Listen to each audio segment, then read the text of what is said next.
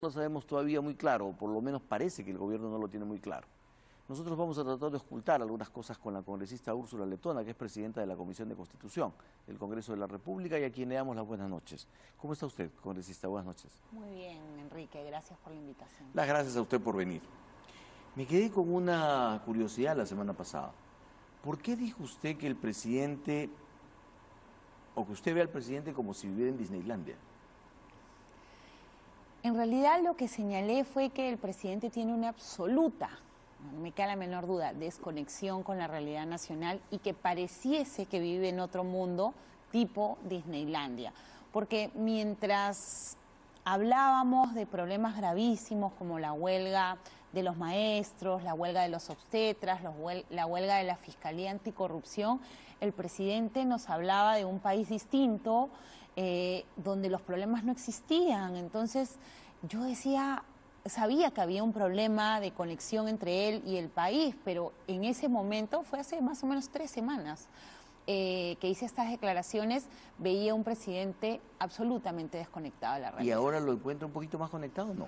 No, igual, siento un presidente antes intermitente, hoy ausente de lo ¿Totalmente? que significa, sí, creo que todavía no se ha dado cuenta de las dificultades que tenemos y ¿sabes cuál fue para mí un detonante de la alerta que debemos tener? El discurso del 28 de julio, el discurso presidencial, donde él hizo todo un colorario de excusas y de acusaciones a terceros, pero no hubo un mea culpa real, una rendición de cuentas, que es lo que se acostumbra al año de gestión por parte del presidente, y mucho menos propuestas concretas de lo que iba a hacer a futuro para sacarnos de los problemas en los que estamos los peruanos. Ahora, él ha dicho que no entiende por qué ha caído tanto en las encuestas. Ha dicho, no ha ocurrido ninguna catástrofe.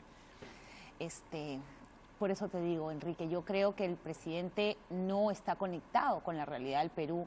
Él está viendo las cifras macro, sigue encasillado en el tema económico o en el tema de la gran empresa y no sale a la calle. Ahora, o sea, no sabe lo que sucede. ¿Por qué cree usted que hay esta desconexión?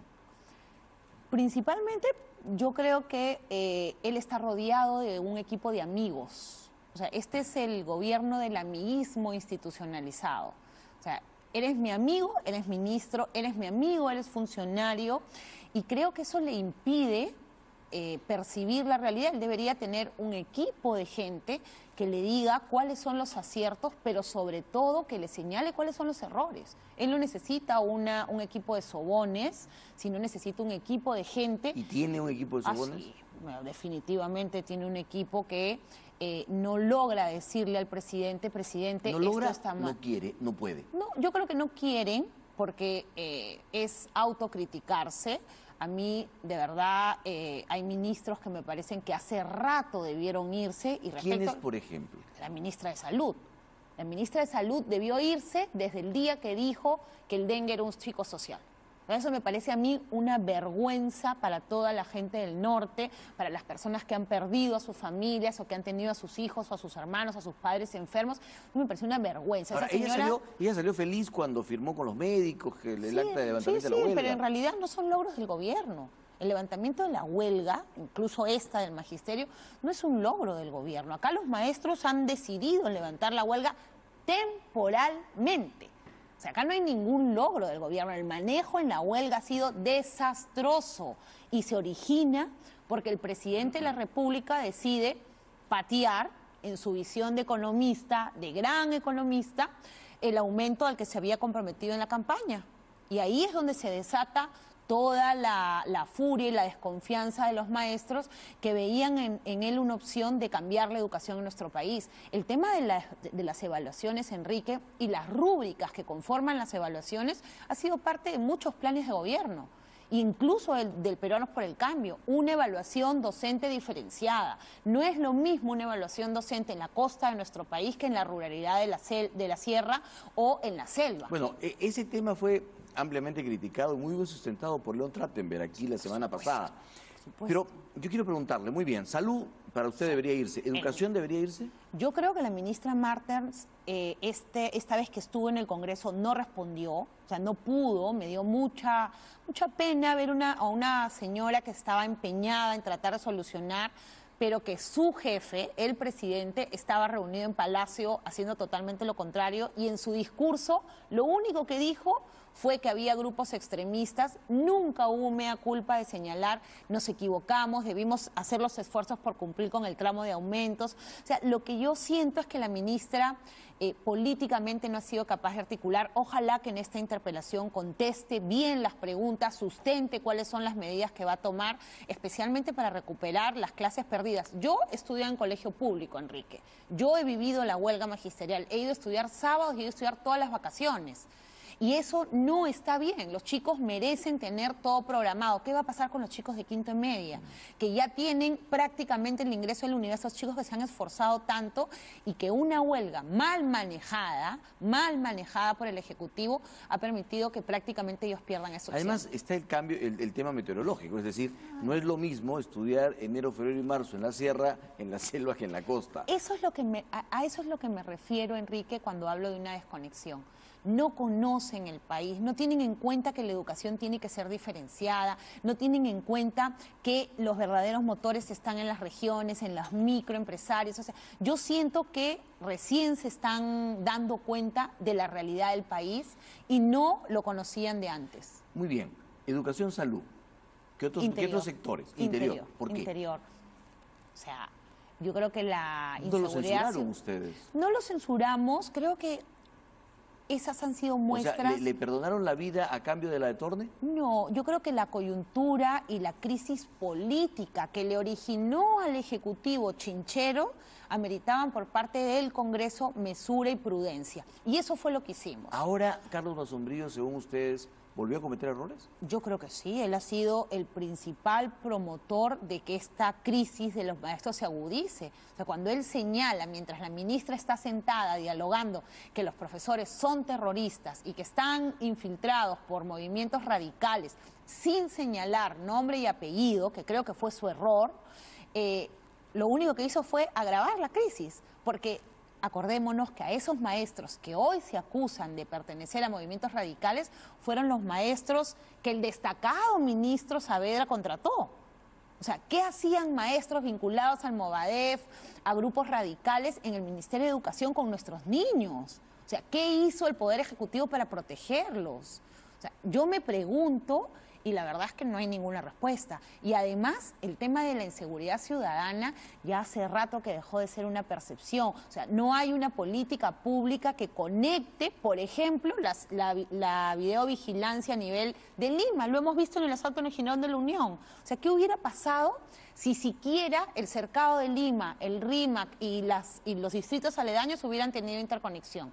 Esos delincuentes hubieran sido capturados en menos de una hora. Muy bien, pero Interior muestra logros como detención de grandes mafias, su cuadro de los más buscados va cada vez cerrándose más figuritas. Yo creo que hay temas aislados que podríamos destacar en el Ministerio del Interior. Yo he trabajado en ese ministerio, es un monstruo, pero creo que finalmente lo que le reclamamos al ministro Basombrío son esta ausencia de una política a largo plazo. Yo creo que él, como todo opinólogo y toda persona investigador de escritorio, desconoce qué hay que hacer como política nacional, lo que se hizo en Colombia. O sea, jalar a la policía a la reforma policial, no plantear temas inconstitucionales para votarlos, porque eso no tiene, está pegado con baba, se va a caer. Entonces, yo creo que él tiene que hacer algo macro y explicar cuál es su política. Hasta el día de hoy, las veces que ha ido al Congreso, nunca ha sabido explicar hacia dónde va la reforma policial y dos, hacia dónde va la política criminal, qué estamos haciendo en inteligencia contra grupos terroristas, qué estamos haciendo en investigación criminal. O sea, no basta la captura de bandas porque eso es un tema aleatorio. Tiene que haber una política integral y esa, al menos yo no la conozco. Muy bien, seguimos y me dice, ¿qué otros sectores? A ver, hagámoslo como lista de lavandería. A ver. ¿Qué otros sectores a usted ya hubiera cambiado de ministro? Yo creo que esos empezando por salud y educación, que son sectores muy sensibles para los peruanos. Creo que esos dos cambios los hubiera hecho de todas maneras. El tema del ministro del Interior también, creo que es bien importante. Confío en que los cambios, por ejemplo, de Cayetana Aljovín en Energía y Minas y de la ministra Choquehuanca en el Ministerio de la Mujer puedan sentar bases de política pública a largo plazo. Me parece que han sido cambios acertados, pero también creo que la conducción del gabinete con el premier Zavala también tiene serias deficiencias. ¿Por qué? Porque o sea, ¿él es un problema? Yo creo que tener un premier que además es ministro de Economía es un problema, porque no hacemos el que mucho abarca, poco aprieta. Entonces, yo creo que quisiéramos tener un Fernando Zavala concentrado 100% en economía, superando esta crisis. En economía. O sea, para usted, él debería dejar el premierato. Sí, yo creo que es momento de que una persona con más cintura política, con más manejo político y con un poder de concertación, que yo soy testigo que Fernando Zavala ha intentado tender puentes, pero también ha tenido frases y comentarios muy poco afortunados. Que han dinamitado esos mismos puentes. Que han dinamitado esos puentes, incluso al interior de su bancada. O sea, la bancada de Peruanos por el Cambio es una bancada complicada, respecto de la cual él tiene una pésima relación con parte de esa bancada. Entonces, ¿cómo puede ser que el premier pues tenga este tipo de comentarios respecto de la bancada de gobierno cuando lo que debería hacer es articularlos políticamente? Ahora, hoy día hemos leído titulares en donde dice que Lourdes Flores se ofrece como premier y que pues diría que sí si el presidente se lo pide. ¿Es una buena opción? Yo creo que Lourdes Flores es una política destacada. No sé, no conozco su capacidad de tender puentes. Creo que la persona que debiera ser convocada para conducir el gabinete debiera ser una persona que tenga como principal característica concertar. Concertar, o sea, no tener enemigos políticos, sino tener la capacidad. ¿Y eso dónde lo encuentra? ¿Difícil? Es ¿Que no difícil. tenga enemigos políticos? Es difícil, pero debe haber alguien dispuesto. El problema también es la bajísima aceptación que tiene el gobierno. Cada vez, mientras más baje la aceptación, va a ser más difícil. Pero yo le pregunto, ¿el problema es los ministros, el premier o es el presidente? No, yo creo que el problema parte del presidente, ¿no? ¿Empieza por ahí? Empieza por el presidente, un presidente que no ejerce liderazgo, un presidente que no está presente, un presidente que cada vez que sale a hacer una declaración es muy desafortunada, y un presidente que en reiteradas oportunidades da muestras de no conocer el país. Me acuerdo en el último viaje, cuando se plantea la solicitud de viaje al presidente, hubo reacciones de verdad de indignación, no solamente en la bancada de Fuerza Popular, sino en varias bancadas, en el sentido de que cómo se iba a ir el presidente de la República en la crisis en la que estábamos.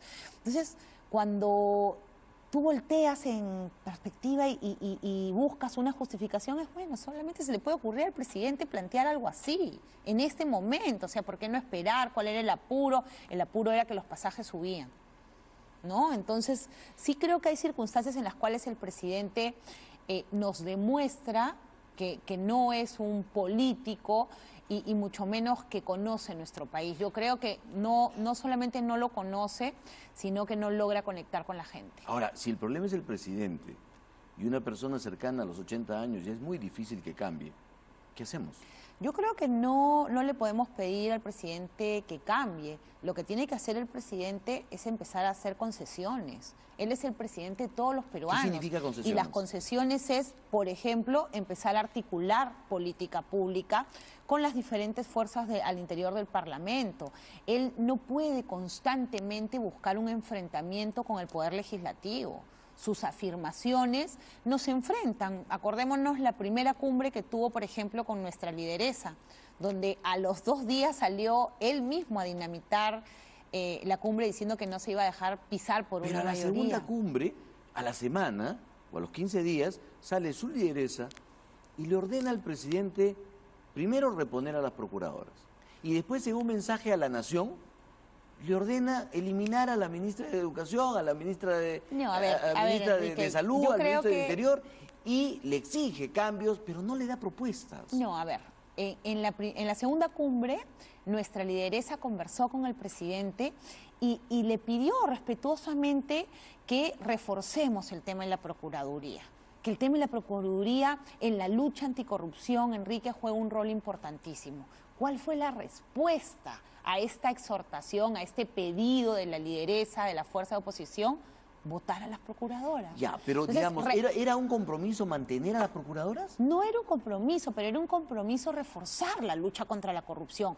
Y yo no creo que en el Perú haya alguien que piense que votar a las procuradoras ha significado mantener ese compromiso. Yo creo que hasta el día de hoy a nadie le ha quedado claro qué pasó con las procuradoras. O sea, para usted, al presidente le llegó la conversación con Keiko Fujimori. Yo creo que al presidente en general le fastidia, le molesta justo que haya gente que le diga las cosas como deben ser, como lo hace Julia Príncipe, como lo dijo Julia Príncipe. Cosas que le pueden molestar y él está acostumbrado a áulicos que le canten al oído. A lo que usted llama los Claro, sobones. los sobones, que le digan todo está perfecto, este es el Perú, este es Perulandia y no pasa nada. Y creo que eso está mal. Sí, pero el presidente es el presidente. Por supuesto. Él maneja el Poder Ejecutivo. Por supuesto. Las procuradoras son los abogados del Poder Ejecutivo, ¿no es cierto? Él decide si cambian o no los ministros. No puede salir Keiko Fujimori y decirle, ya, me cambia a este, Pero no ha hecho mal en nombrar a esta. No ha sido un pedido, lo que nosotros le hemos dicho al presidente, Ha sido una escuche. exigencia. No, ha sido un traslado de las solicitudes de lo que reclama la gente. Acuérdate, Enrique, que Keiko Fujimori, Fuerza Popular, es la fuerza política más grande del país. Representamos, en mérito de la democracia representativa, a millones de peruanos. Y esos peruanos son los que exigen el día de hoy, y así lo reflejan las encuestas, que se restituya a las procuradoras, que ha sido un grave error, que se cambie a los ministros, que el presidente haga un giro. Nosotros lo que estamos haciendo es ejercer esa representación que tenemos. O sea, ella está legitimada para hacer una solicitud respetuosa. No es una solicitud, no es una exigencia irreverente. Pero en los dos casos de los mensajes se ha sentido como una exigencia. No. Incluso hasta en el indúltelo ya, hasta en eso. Yo creo que finalmente lo que estamos haciendo, y lo digo porque muchas veces el reclamo que trasladamos no es un reclamo personal, es un reclamo que recogemos. Pero también el reclamo debe venir, y lo ha dicho el presidente, lo dice el primer ministro, con propuestas, pues. O sea, muy bien. ¿Te parece que lo que estoy haciendo está mal? Bueno, dime entonces qué me sugieres. Y eso no ha llegado todavía. Pero sí ha habido, Enrique, y la verdad, a veces sale mucho el enfrentamiento y no salen las cosas buenas. Nosotros hemos venido trabajando todo este año muy bien con el Ejecutivo en los temas de reformas legislativas importantes. Hemos trabajado juntos el tema de la reconstrucción. Hay temas en agenda. El presidente del Congreso se ha reunido con el Premier para plantear una agenda legislativa. Pero lo que está sucediendo en nuestro país no se trata de reformas... Para ustedes. No se trata de reformas legislativas, no solamente para nosotros. ¿De qué se trata entonces? Se trata de acciones de gobierno. O sea, las crisis que se han originado, Chinchero, Moreno, la huelga de maestros, la huelga de médicos, no son temas que se originen en el legislativo, son temas que reclaman acciones de gobierno. Muy bien, si me permites terminar la idea, hay un círculo vicioso respecto al cual nosotros también estamos amarrados de manos, porque nosotros no tenemos iniciativa de gasto y no podemos hacer política pública. Entonces, cuando hablamos de hacer propuestas, las propuestas tienen que restringirse a lo que nosotros podemos hacer. Pero Keiko Fujimori podría hacer otro tipo de propuestas, dado que una, no es legisladora, y dos, es líder de un partido político de oposición que podría hacer propuestas, sugerencias que tienen que ver con manejos económicos también. Las hemos hecho, Enrique, en la segunda reunión con el presidente, y me voy a referir a un ejemplo. Les hablamos de las expropiaciones y cómo nosotros habíamos planteado el régimen de expropiaciones diferenciado, en donde haya comunidades y donde no haya comunidades, y Keiko se lo explicó perfectamente al presidente y originaron un proyecto de ley. Muy bien, quiero hacerle preguntas cortitas porque vamos a entrar a otro tema, pero el presidente ha renovado su respaldo a Fernando Zavala y ha dicho que está haciendo un gran trabajo. ¿Eso para usted qué cosa es? Una muestra de que está desconectado con el país. ¿Usted piensa también que el Premier está metido debajo de la mesa? Creo que el Premier está teniendo un perfil mucho más bajo en estos últimos meses. No fue así el domingo pasado. protagonista, no ha sido, salvo estos comentarios, no ha sido protagonista de plantear soluciones en beneficio del país. Creo que ha tenido un perfil tímido respecto a los problemas que hemos evidenciado, y eso no es lo que requiere un primer acto. Es curioso porque, sin embargo, hay otra gente que dice que este es un gobierno timorato frente al fujimorismo, que le tiene miedo, y apenas el fujimorismo reclama algo, el gobierno se asusta y mueve piezas, como pasó con el Museo de la Memoria, por ejemplo. No. Es decir, o el caso de Raúl Tola. No, es decir, yo lo que creo... Hay esta doble visión en la cual ustedes dicen que es un gobierno que no hace nada y hay otros que dicen que es un gobierno que a ustedes les rinde pleitesía prácticamente. Mentira, eso lo tengo que descartar totalmente, y lo vemos en los hechos. Por ejemplo, antes de que se designe, que haya los cambios en el gabinete, los últimos cambios, nosotros exigíamos y hablábamos, trasladando las iniciativas de la gente, que se refresque el gabinete. Y vimos que fue un cambio de sillas. O sea, pasó de tal a tal, pero no hubo un cambio estructural. Entonces, decir que nos hacen caso es bien falso. No ¿Van a autorizar el viaje del presidente de Estados Unidos? El viaje del presidente ha sido postergado. La aprobación. La aprobación. Yo entiendo que es parte de la política, él conduce la política exterior. ¿Por qué postergarlo? Porque la coyuntura del país no ameritaba que se vaya tanto tiempo. ¿La coyuntura ya cambió? La coyuntura, al parecer, ha cambiado, se ha levantado la huelga al menos. Yo creo que... O sea, ¿ahora sí se puede ir todo ese tiempo? Ellos tendrían que justificar el por qué 4 días antes del inicio de la cumbre el presidente quiere viajar. O sea, si el presidente recorta la cantidad de días, ¿ustedes lo prueban? Yo creo que sí. Si no lo recorta, personal. ¿No lo prueban? Yo creo que lo recorta o lo justifica. Porque ese día no hubo una justificación adecuada. La justificación, como te comenté, fue que los pasajes subían. ¿No es un exceso el pedir estas justificaciones cuando es el presidente el que dirige la política exterior y él decide qué hace? No es un exceso porque estamos haciendo control político, y segundo, porque necesitábamos al presidente aquí. Necesitábamos al presidente... Pero el permiso no era para viajar a estos días, era para viajar más adelante. Es que no había vistos de solución en la huelga. Te estoy diciendo, Enrique, que la huelga se ha solucionado... Si la huelga no se hubiera levantado, ¿ustedes le hubieran negado el permiso al presidente? Personalmente creo que habríamos puesto determinadas condiciones. Muy bien. ¿El fin de la huelga debilita la interpelación a la ministra? Depende de ella, ¿no? Depende de lo que conteste. Pero ya se solucionó la huelga, y ese es el motivo de la interpelación. Pero no se ha solucionado por ella, y la interpelación tiene que ver más allá de la huelga. Tiene que ver, son varias preguntas vinculadas a los cambios que se van a hacer y a las propuestas para recuperar el año. Ahora, hemos hablado de cómo manejó la ministra la huelga, pero ahora hablemos de cómo manejó Fuerza Popular la huelga, y concretamente el congresista Becerril. Es decir, cuando ya se iba a firmar hace 2 semanas la solución a la huelga, de pronto aparecen estas conversaciones con Fuerza Popular. Y todos entienden en la percepción de que Fuerza Popular lo que hizo fue postergar esa solución, en el entendido de que, pues, generando más tiempo la huelga, se debilitaba más al gobierno. No. ¿Por qué esta participación tan, en el término más generoso, confusa de Fuerza Popular? Además, negándose a participar con los otros congresistas en esta comisión que buscaba la solución. No, a ver, yo tengo que rechazar tajantemente que nosotros busquemos que la huelga se prolongue, porque siempre hemos exhortado al Poder Ejecutivo y a los maestros a llegar a un acuerdo. Yo creo que en el caso de nuestra participación, y lo vimos en el comité político, fue por prudencia. Nosotros no quisimos participar porque veíamos que como principal fuerza política del país, los maestros podrían sentir que estando nosotros ahí, íbamos a sacar una ley modificando la carrera magisterial, por ejemplo. ¿No fue porque le ofrecieron algo así, más bien a los maestros? No. Para nosotros, y lo ha dicho el vocero bastante claro desde el inicio, la evaluación docente tiene que continuar, la meritocracia es un tema que nosotros desde Fuerza Popular apoyamos. ¿Y qué conversaba tanto Pedro Castillo con el fujimorismo que no pudiera conversar con los otros congresistas en las conversaciones? Yo entiendo que las conversaciones con nosotros estaban más vinculadas a que reciban a los maestros de las regiones.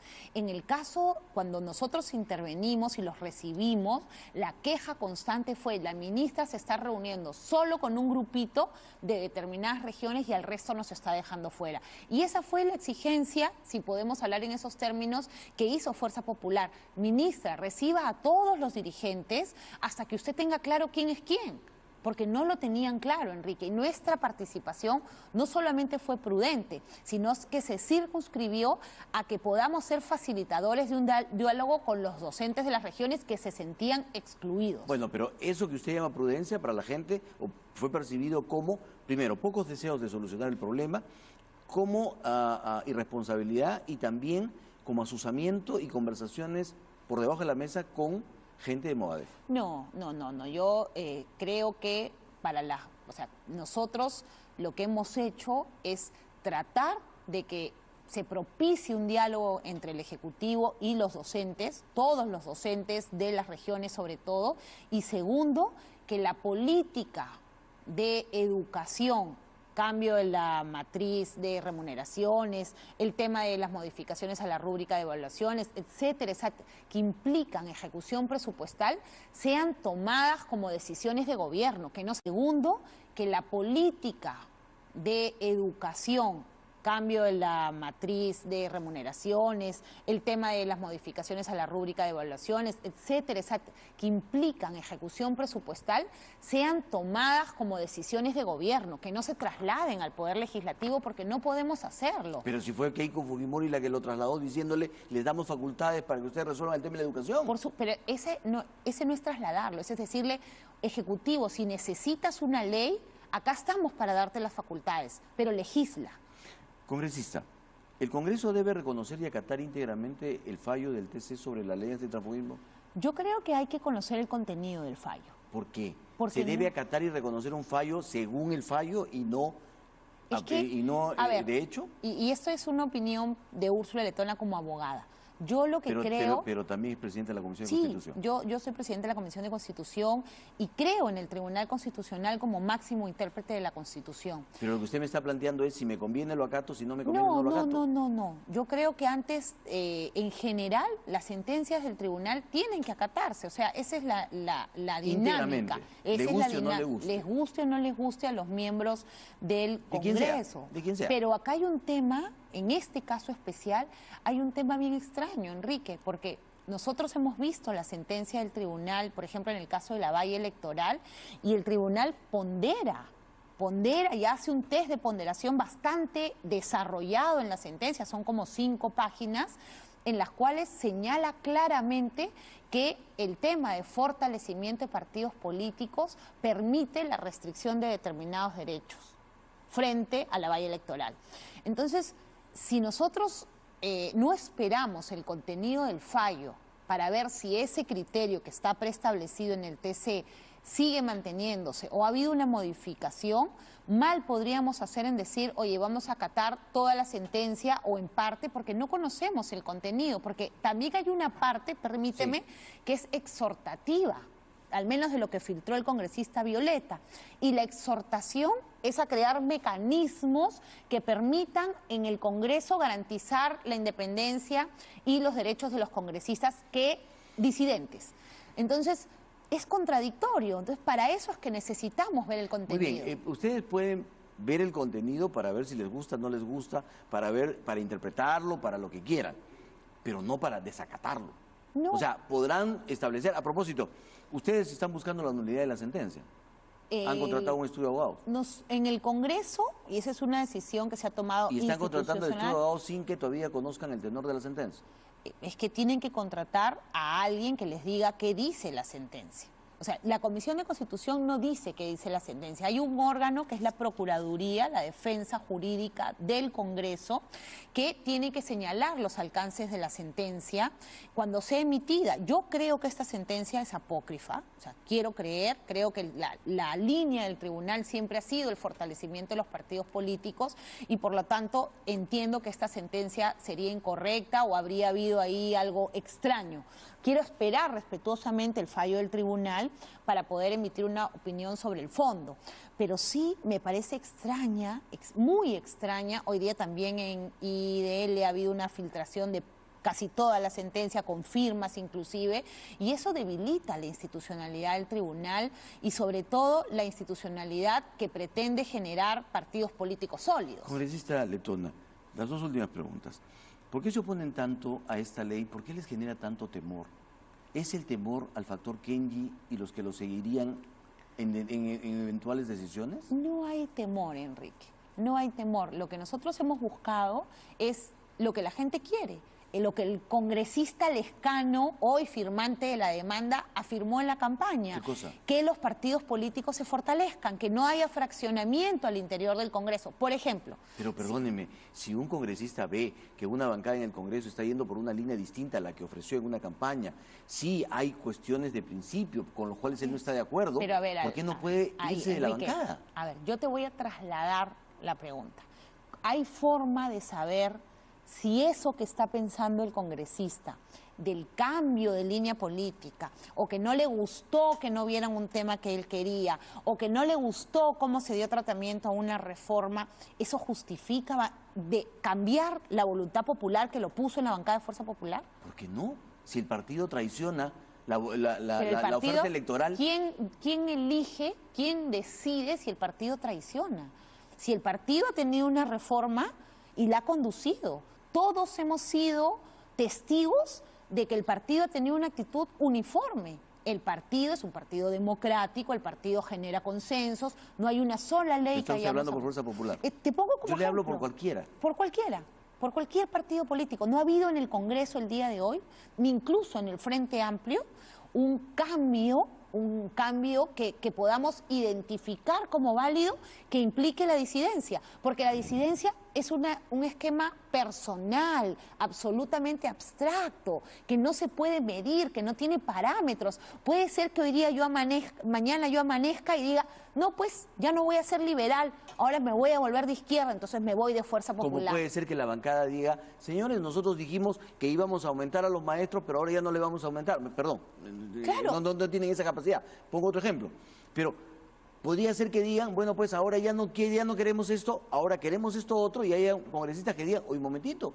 nosotros hicimos una oferta electoral y a mí me eligieron porque prometí esto. Pero si tú lo traicionas, me voy. Lo dirá y se irá y podrá seguir votando y podrá seguir siendo... Pero será un paria. No, Enrique, a ver, pregúntale no puede tú. armar bancada. Pregúntale tú no a Jenny Vilcatoma. El cargo directivo es al partido político. El cargo directivo no es a Úrsula Letona. Yo soy presidenta de la Comisión de Constitución. Pero la percepción es que ustedes le tienen miedo a una futura negociación de Kenny con ustedes, con el gobierno y la capacidad de fuerza política que puede tener. Acá hay un error de concepto. Por ejemplo, yo soy Úrsula Letona, presidenta de la Comisión de Constitución y Reglamento, porque el partido político al que represento me ha puesto ahí. Sí, claro. El día en que yo me vaya del partido, o si es que tomo la decisión de alejarme, esa opción para mí simplemente estará cerrada, porque yo no pertenezco a un partido político, soy no afiliada. Lo que busca la ley es que esa voluntad popular de que Úrsula Letona, congresista de Fuerza Popular, presida una comisión, se mantenga en los 5 años. En los 5 años anteriores, el fujimorismo no le hacía problemas a la forma como la bancada humanista se desarmaba. No le hacía problemas a eso, ni reclamaba por eso, ni reclamaba coherencia a la bancada. Al contrario, aplaudía que esa bancada se desgranara. Justamente este tema del fortalecimiento de los partidos políticos fue un tema que no solamente Fuerza Popular lo puso en la campaña. Yo me acuerdo haber leído y haber escuchado a Johnny Lescano reclamar que hay una ley de fortalecimiento de partidos políticos. Bueno, hoy se retracta, pero te digo, o sea, hay casos en los cuales es la famosa Pero no sé si se fortalecen los partidos políticos obligando a los congresistas a quedarse. Pero no se les obliga. Mira, tenemos nosotros 2 disidentes que se han ido por temas absolutamente personales. Bueno, no lo dirán ellos, no dirán ellos lo mismo, pero conversaremos en otra ocasión solamente de las reformas electorales, porque eso se ha quedado, y hay gente que reclama que de una vez se dé fuerza a eso y no tiene la misma fuerza tampoco. No, a ver. No tengo más tiempo, pero es falso. Es falso. En fin, lo conversamos en la reforma está ahí y está avanzando. Lo haremos un debate sobre eso. Congresista Letona, muchísimas gracias. Gracias. Vamos a una pausa, regresamos para hablar con Óscar Urbiol.